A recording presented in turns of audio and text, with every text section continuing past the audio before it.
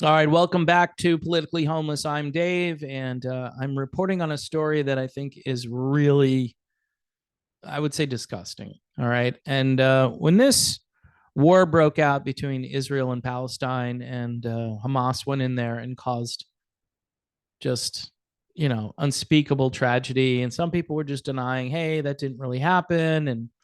And then you had some other skeptics who were like, hey, just a pretext for a war that the West can fight and that the military contractors will be all happy about. A lot of truth in those statements, a lot of truth. And I'm sure there are conspiracy theories that I have not looked at and I'm not going to. All I know is initially I reacted in a way where I felt as though people were being like, they were just acting like savages, and I was angry. And so I'm sorry for that, especially in light of the 32,000 people. And I'm not taking a side here. Let me be clear. I'm not taking a side. I'm not saying one side is better than the other. Clearly, the people who feel very strongly about this think that Israel is the bad guy in this. They say they were coaxed into a war that they didn't want to be in. Okay. Well, if you don't want to be in that war, you should probably look at your rules of engagement, because this to me looks like it breaks all kinds of international law, and it just looks like crap. It doesn't look like any normal rules of engagement. So here's the headline from AntiWar.com. Israel creates kill zones in Gaza where anyone who enters gets shot. Um, I've never heard of rules of engagement like this before. So the kill zones are in the Gaza Strip, in areas where the Israeli military is operating, and anyone who enters will get shot if they're unarmed civilians, according to Haaretz, who reported this on Sunday. The report said anyone killed in a designated kill zone is labeled a terrorist, even if they never held a gun in their lives. And they are often civilians whose only crime was to cross an invisible line drawn by the IDF. Now, when you have unconditional support from Western countries for this war, and the funding comes in, again, all of this war funding, I disagree with. You may say to yourself, yes, we need to be on the world stage. We need to be a player. And so our influence needs to be strong and it can't dwindle. And America is a superpower. No, we're just another power. See, we haven't, at least the politicians haven't, it's like a drunk that has a problem. Admit that you have a problem with this so we can deal with it. But the United States will never do that. The United States is too busy artificially inflating its own economy. And the war machine really helps.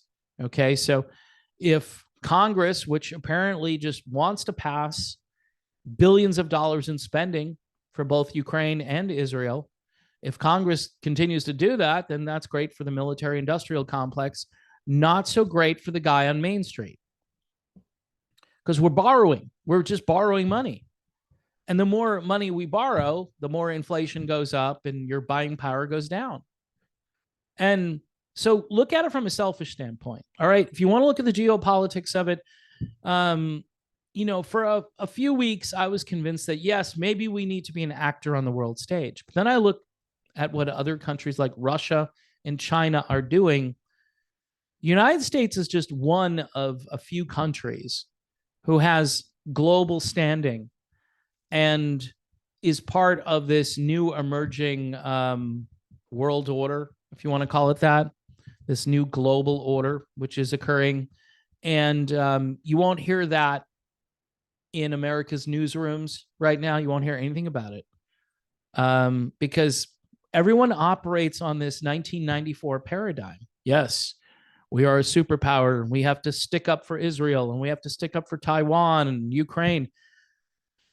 And I just shake my head and I go, no, no. Why? Why can't we use diplomacy? Why can't we find solutions to these problems? Why are we funding Israel who is now saying we've got kill zones and we don't have rules of engagement. Let me go on with this report because it explains more. One Israeli reservist who was recently in North Gaza said, the feeling we had was that there were no rules of engagement there. So he's basically saying this, where someone walks around, never held a gun in their life, they're going to get shot. And then, get this, other sources in the IDF told Haaretz that Israel's claim that 9,000 out of the 32,000 Palestinians killed in Gaza are terrorists. That statement is not valid. In practice, a terrorist is anyone the IDF has killed in the areas in which its forces operate, according to the Israeli reserve officer. Now, and this kind of goes along with this story because they're inflating the terrorist numbers by saying that civilians who are walking around without a gun are terrorists. Now, again, in your brain, you can label anybody from Gaza a terrorist, right? But that's not true. And so these guys are inflating numbers to make it look like, number one, there are so many terrorists, and number two, that they're killing just terrorists. I mean, 9,000 out of 32,000, it still means what? 24,000? 23,000? I don't know. I'm not good with math here, but so 23,000 civilians or other than terrorists have been killed during this conflict. And this is why I'm starting to pivot back. All right. My visceral first reaction to all of this was, wow, these people are barbaric. And I'm talking about Hamas. I'm just saying it, how I felt at the time. This looked, and some, well-meaning people came along and said, Dave, no. And I still didn't believe them. And I still don't believe that was a minor issue, or it was a false flag, or it didn't really happen. I think it happened. And we can talk about why it happened, much like 9/11. Why did 9/11 happen? It might be based on, the oppressor thing. It might be just the fact that these two countries are never going to get along. These two types of people throughout history, they're never going to get along. And so I sit here and I don't want to have a dog in this fight. But I look at it and I go, okay, you made your point. You made your point over and over again. Time for a white flag. It's not time for genocide, because that's what you're being accused of. You're being accused of genocide. And so if you're going to continue down this road and you're going to have rules of engagement that look like this, I'm even thinking that well-meaning supporters of Israel have to kind of, do a little intervention and say, hey, guys, yeah, this is much. This is too much. You need to, pump the brakes here. Even Donald Trump, who's not a foreign policy expert, the other day said, you guys have to figure this out.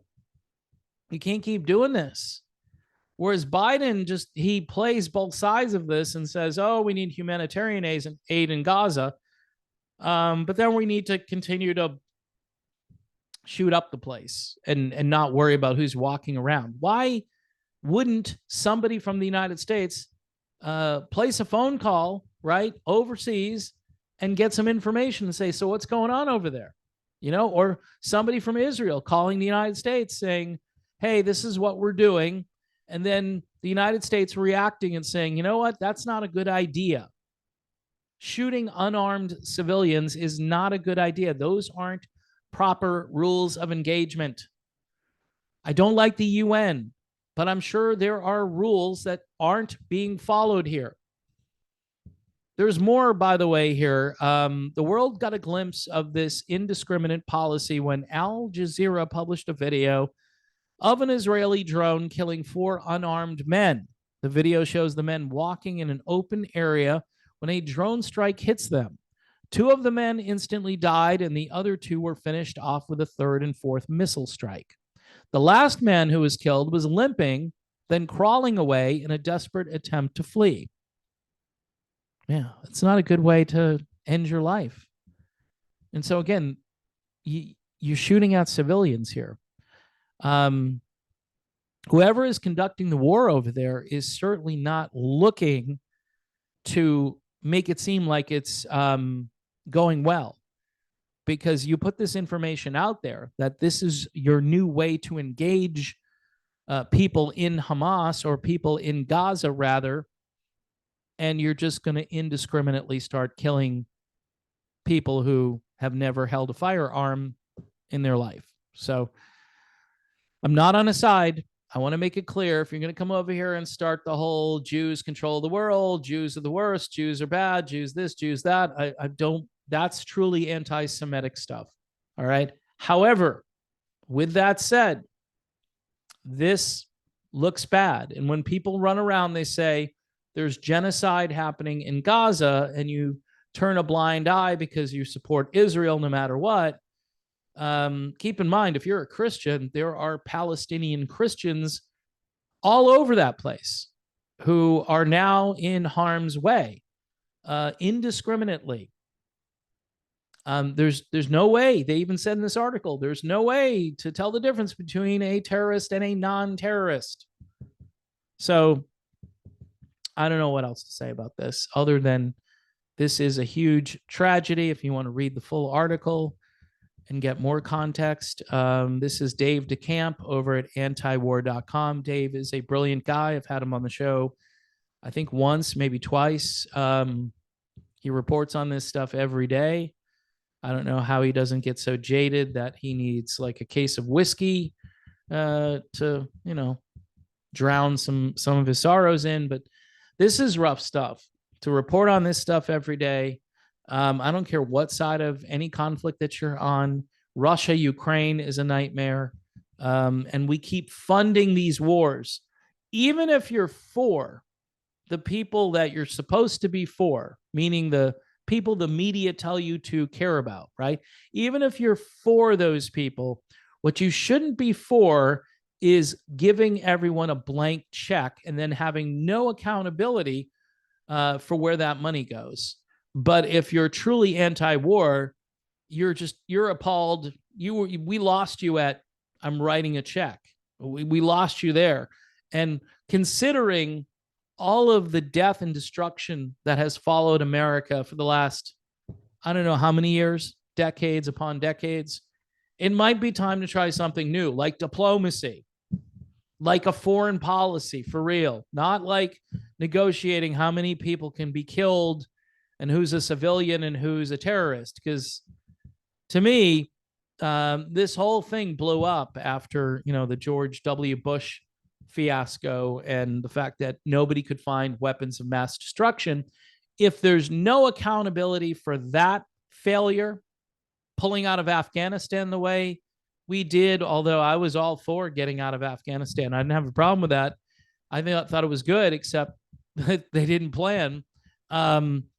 There is so much in the way of failure and incompetence that it's just mind-blowing.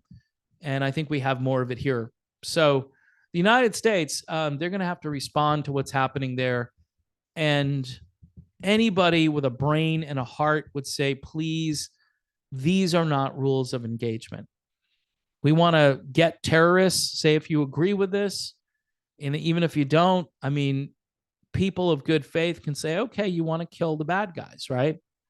But you're killing a few bad guys, and then you're killing a whole bunch of people who aren't bad guys. Well, they're just using them as human shields, Dave. Yeah, well, that some of that might be true, but I don't think this level of failure, you know, thousands of people, I don't think this equates with the human shield argument. Just, it doesn't. I'm sorry.